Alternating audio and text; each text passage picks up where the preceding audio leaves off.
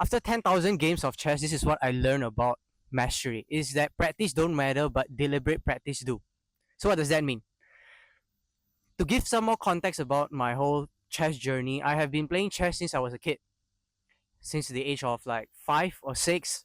That's when I started learning. That's when I learned chess from my best friend. He was the one who taught me chess, and since then I've been hooked. I've been playing chess like all the time. Every given time I will play chess with him because it is a hobby. It is fun. But it is when until it was middle school, when there's a chess club on my school, that I decided to like, oh, let me try to take this seriously. And after months of like practicing, I actually got pretty good.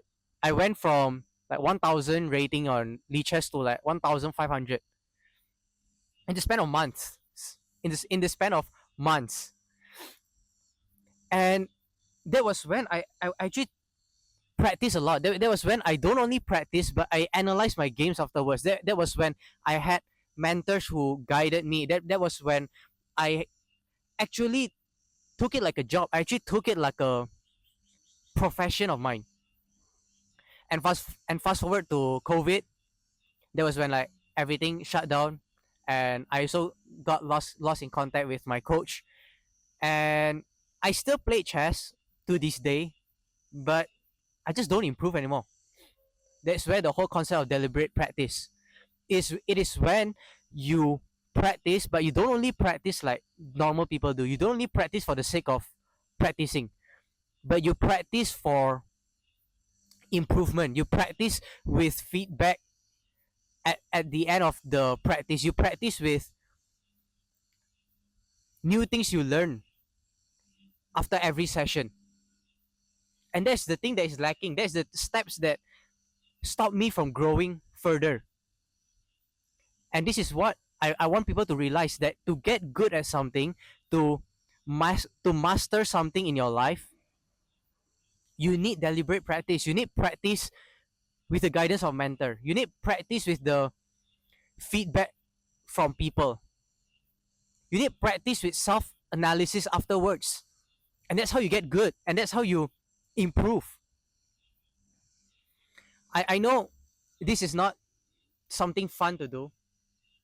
I mean, it is tough. It is bothersome. You have to put extra effort. You have to do post game review. You don't only have to play the game, but you have to do post game review. It's like double the work. It's like triple the actual work. It's like triple the amount of time needed to practice. But that's what going to make you grow. That is the steps needed for you to exceed. And this is the lesson that I want to share from the failures that I've had. And I am not going to pursue chess professionally. That's why I just practice now. I'm just in the practice phase because I still enjoy the game. I still enjoy wasting some few minutes on a quick game of chess. But I realize that I will not expect the result of being very good at a game if I don't treat it like my profession, if I don't treat it like my actual job. And that's okay, because I am directing that energy to something else. I'm directing that focus to something else, something that I'm more passionate about, something that I know will be my profession, and that will not be chess. I'm just going to be honest. But that is the thing that I want you to realize from my analysis about my journey, is that we cannot expect professional result from amateur action. Like what I'm doing is like some what amateurs are doing, just playing for fun.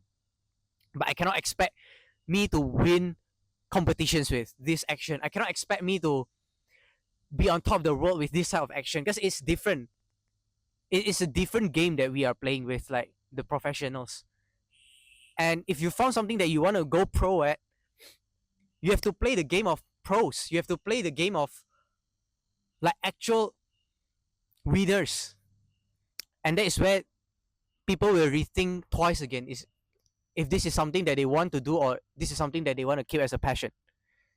And yeah, not everything you have to go pro at. There's a hard realization as someone who is like competitive. As I've heard people like Chris Williamson, Alex Omozi, and like people like David Cho, where they say that they have this obsession mindset. They want to be good at everything, and that's why they are scared to try.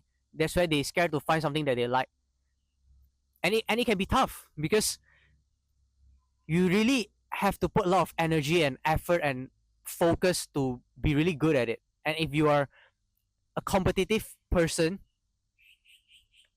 you are going to sacrifice your main path for this. And don't get me wrong, you can succeed in this new path of yours, but is it worth sacrificing all the hours, all the energy you've put on the main path to change again?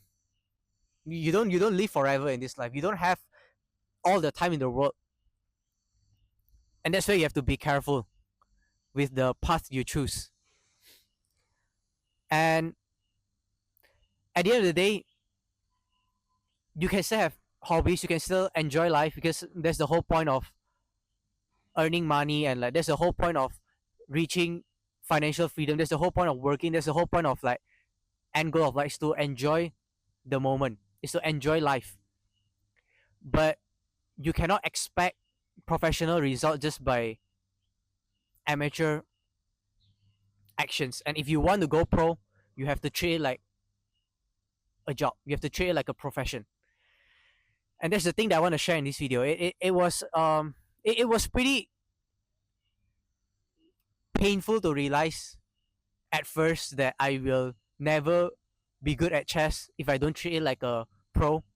Because I actually did improve a little bit. My rating got up a little bit, and I thought that, oh, I can just manage this while treating it like a normal passion. But it didn't last long, you know. It lasted for like a few weeks, and then I got back down again, and it has been fluctuating between like the range of like 200 ratings. And that's when I realized that, oh, after I self reflect on like what I've done in my life, and what it takes, what I've learned from my own life on what it takes to be good at something, I realized that oh, I didn't have any, I didn't analyze anymore, I didn't have any feedback anymore. I stopped having mentor, and that was when I start to fluctuate. And I want to share this lesson for people that are contemplating between going pro or keeping it as a passion. So this is the biggest difference. And I want to share this lesson for people that want to go pro at something. They want to be good at something. They genuinely want to be good, and they want it to be their profession. And this is what it takes. This is the difference between the two of them. So yeah, that's all from this video. Bye bye.